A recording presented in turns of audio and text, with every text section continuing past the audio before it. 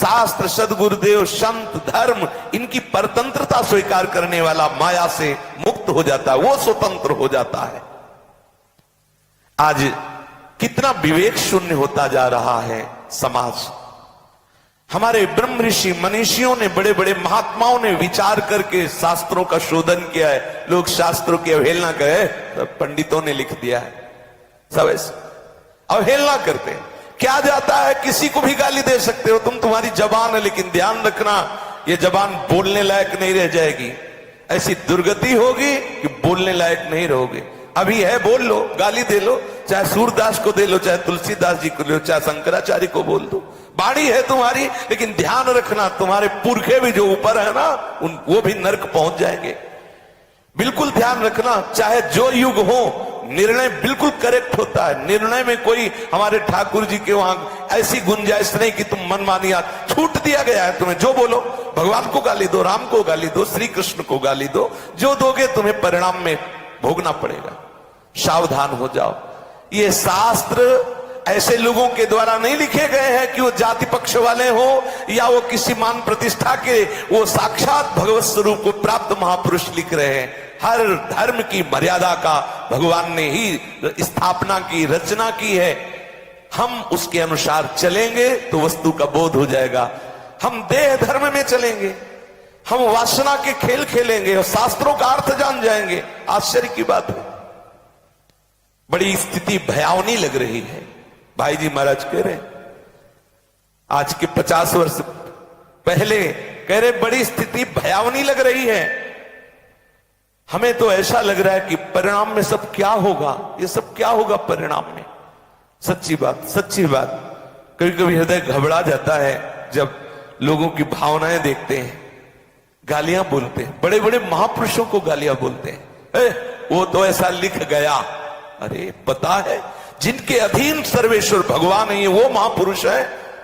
तुम अपनी धरा से तुम उनको बोलो, जब परिणाम आएगा तब बोलने लायक नहीं रहोगे। परिणाम बिल्कुल निश्चित है, निश्चित। ये तुम्हारे कहने से, अरे रहे न रावण सम अभिमानी, हिरण्याकश्यप संवरदानी, धूल धूसरित कर दिया उस सच्चिदानंद प्रभु ने। तुम उसके बच्चे हो, होश में रहो, ने एक थप्पड़ में सब तुम्हारा ये अहंकार मिट्टी में मिल जाएगा। काल इतना बलवान है, उसका एक थप्पड़ लगता है तो बड़े बड़े धूल धूसरित हो जाते हैं। बहुत सावधान, ये मनुष्य जीवन केवल सावधानी से व्यतीत करने के लिए मिला है, पशुता की जैसा व्यवहार करने के लिए नहीं मिला। बड़ा दुख होता है आचार्यों को। ओ शंकराचार्य जी ने ऐसा बोल दिया, ओ तुलसीदास जी ने ऐसा बोल दिया, ओ कबीरदास जी ने ऐसा बोल दिया, सूरदास जी हो कहां सोचो। उन आत्मस्वरूप चिदानंद महात्माओं के ऊपर अंगुली, उनको जान पाओगे वो क्या है। अरे उनका स्मरण करो, उनकी चरण धूलि माथे पे लगाओ तो भले समझ में आए वो किस धरा में है। वो समझा दे तो समझ सकते हो, नहीं बड़े बड़ों से चूक हो जाती है, बड़े बड़ों से चूक हो जाती है। पूज्य भाई जी महाराज कह रहे हैं, मुझे बहुत अगाध दुख का अनुभव हो रहा है कि आज हमारा समाज शास्त्र विरुद्ध आचरण करने में उत्साहित हो रहा है। देखो साधक वही है, हम सही नहीं चल पा रहे, हमसे गलती हो रही, लेकिन हम मानते हैं कि ये महापुरुष सही बोल रहे हैं, ये संत सही बोल रहे हैं, ये शास्त्र सही बोल रहे हैं, भगवान की वाणी सत्य है, पर मैं चल नहीं पा रहा हूं, ये मेरी गलती है। ये साधक है, आगे चलकर ठीक हो जाएगा, वो भगवत प्राप्त हो जाएगा। लेकिन आज हम अपनी वासना के खेल को सत्य मानने लगे और महापुरुषों को, शास्त्रों को, वेद को नकार दिया। परिणाम का भी चित्र भी तुम नहीं देख पा रहे हो, कल्पना भी नहीं कर पा रहे हो। कांप उठोगे जिस समय परिणाम आएगा, पता नहीं विवेक भ्रष्ट मनुष्य को कितना दंड भोगना पड़ता है, तुम्हें पता नहीं। सच्ची मानिए, जब कर्म फल आता है तब पता चलता है। अभी उस दिन उनको दर्शन करने गए, वो रोग कह रहे थे कि ऐसी भयंकर पीड़ा हो रही, कैसे कैसे पीड़ा दूर हो, भयंकर कैंसर से पूरा भयंकर पीड़ा। अब जब तक प्राण नहीं तब तक भयंकर कष्ट। अरे पूछो मत, डरो, सावधान हो जाओ, कोई ऐसा अपराध न करो। अरे वैसे ही हम वासना से पीड़ित हैं और ऊपर से भयंकर महापुरुषों का अपराध कर लेंगे तो दुर्गति हो जाएगी। अरे कम से कम हम नीच हैं, पामर हैं, कामी क्रोधी हैं, कभी न कभी इन सिद्ध महापुरुषों की दृष्टि हो जाएगी तो हमारा मार्ग खुल जाएगा। लेकिन हम उस मार्ग के प्रदान करने वाले महापुरुषों को ही गालियां दें, ऐसे ये सब बहुत सावधान, वाणी को संभाल करके, कहीं ऐसा अपराध न बन जाए कि तुम्हें मनुष्य शरीर मिला है और वो भी छिन जाए, फिर ऐसे डाले जाओगे।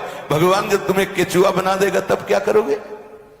तुम्हें भगवान जब मेढक बना देगा, नाली का कीड़ा बना देगा, तुम्हें सुअर बना, फिर क्या करोगे? भूने जाओगे जैसे भुट्टा भूंजा जाता है। साफ तुम्हारा अहंकार धूल धूसरित हो जाएगा। जैसे अभी तुम कर रहे हो अन्य जीवों के साथ, ऐसे तुम्हारे साथ बर्ताव होगा।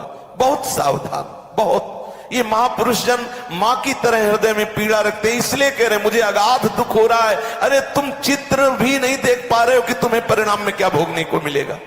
जो तुम कर्म कर रहे हो, जो तुम शास्त्र मर्यादा के विरुद्ध आचरण, जो शास्त्र के महापुरुषों की निंदा कर रहे हो, वेद की निंदा कर रहे हो, भगवान की निंदा कर रहे हो, उसका परिणाम जानते हो। तुम्हारे हृदय में चित्र भी नहीं है, उस बात की कल्पना भी नहीं कि तुम्हें क्या भोगना पड़ेगा। पूज्य भाई जी महाराज कह रहे हैं ये भ्रम से बुद्धिमानी का अहंकार की, अरे अब हम पढ़े लिखे लोग हो गए, तुम हमें बावला नहीं बना सकते। शास्त्रों का उदाहरण देके हम लोग पढ़े लिखे हो गए हैं। अरे हम उन्नति को प्राप्त हो रहे हैं, हमारा अभ्युदय ये उन्नति है। अपने बुजुर्गों को गाली देना, उनको अपमानित करना, ब्रह्म ऋषियों को, महापुरुषों को अपमानित करना, उनको गाली देना, ये तुम्हारी उन्नति हो रही है। ये तुम्हारे पढ़े लिखने का परिणाम निकल रहा है। कैसी बुद्धि हमारी भ्रष्ट होती चली जा रही है, हम उसे उन्नति समझ रहे हैं। ये शास्त्र सच्ची मानिए। हम बाबा जी इसलिए कह रहे हैं, ऐसी बात नहीं। शास्त्र साक्षात अक्षर ब्रह्म है, साक्षात भगवान है, इस रूप में प्रकट हुए हैं हमें इस माया प्रपंच से मुक्त करने के लिए। तुम इनका अपमान करोगे, अरे तो ठीक नहीं है।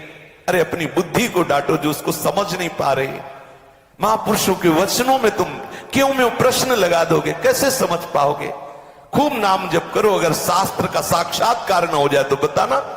खूब भजन करो, पवित्रता से चलो, शास्त्र मर्यादा से चलो। तस्मात् शास्त्रम प्रमाणम ते कार्या कार्य व्यवस्थित हो। फिर आप देखो आपके हृदय में ये शास्त्र आके बता जाएंगे कि ये लिखा है इसमें, आपके हृदय में आके बता जाएंगे। वो महापुरुष आके बता जाएंगे, सुखदेव जी आके बता जाएंगे भागवत का रहस्य क्या है, गोस्वामी जी आके बता जाएंगे कि मैंने रामचरित में क्या लिखा है। आप थोड़ी साधना तो कीजिए, उपासना तो कीजिए, दैन्यता से उनके चरणों में रोइए, तो वो कृपा करके शास्त्रों का रहस्य समझा देंगे। ये सदा स्मरण रखना कि कुछ समय के लिए तुम्हें मनुष्य शरीर मिला है, पक्का समझ लीजिए। ये जो आप मुझ में ताव दे करके अधर्म की डंका बजाने की चेष्टा करो, ये आपके लिए बहुत हानिकारक होगी। कितने दिन के हो, जैसे मच्छर का जीवन ऐसे तुम्हारा जीवन है। जिसे हम मच्छर को ऐसे मसल देते हैं और हमको लगता है कि कोई मेहनत नहीं लगी, ऐसे काल भगवान के लिए तुम मच्छर हो, तुम्हारे मसलने में देर नहीं लगेगी। अभी जो बहुत अभिमान करके बहुत हृदय दुखी हो जाता है, भगवान श्री कृष्ण की निंदा, भगवान श्री राम की निंदा, गोस्वामी तुलसीदास जी की निंदा, एक मिनट भी बैठकर कभी भजन नहीं किया होगा। और जिनका स्वरूप ही है भगवान, जिनका स्वरूप है भजन, जिनका स्वरूप है शास्त्र सम्मत जीवन, उनके प्रति तुम बोलने का अधिकार कैसे प्राप्त कर लिए?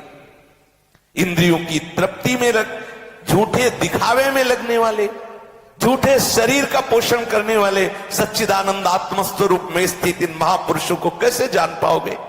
इसलिए प्रत्येक उपासक को चाहिए कि वो दूसरों का जो दोष दर्शन कर रहा है, ये उसकी स्वयं की कमी है। यदि वो अपनी कमी को संभाल ले तो दोष दर्शन होगा ही नहीं। इसलिए हमें चाहिए कि जो हम बाहर कमी देख रहे हो, अपने में देखो। अगर वो कमी नहीं होगी तो आपको नहीं, ठीक ऐसा ही जैसे हम हरा चश्मा लगाए तो बाहर हरा दृश्य दिखाई देगा, लाल लगाए तो लाल। हम दोषों का चश्मा लगाए इसलिए दोष दिखाई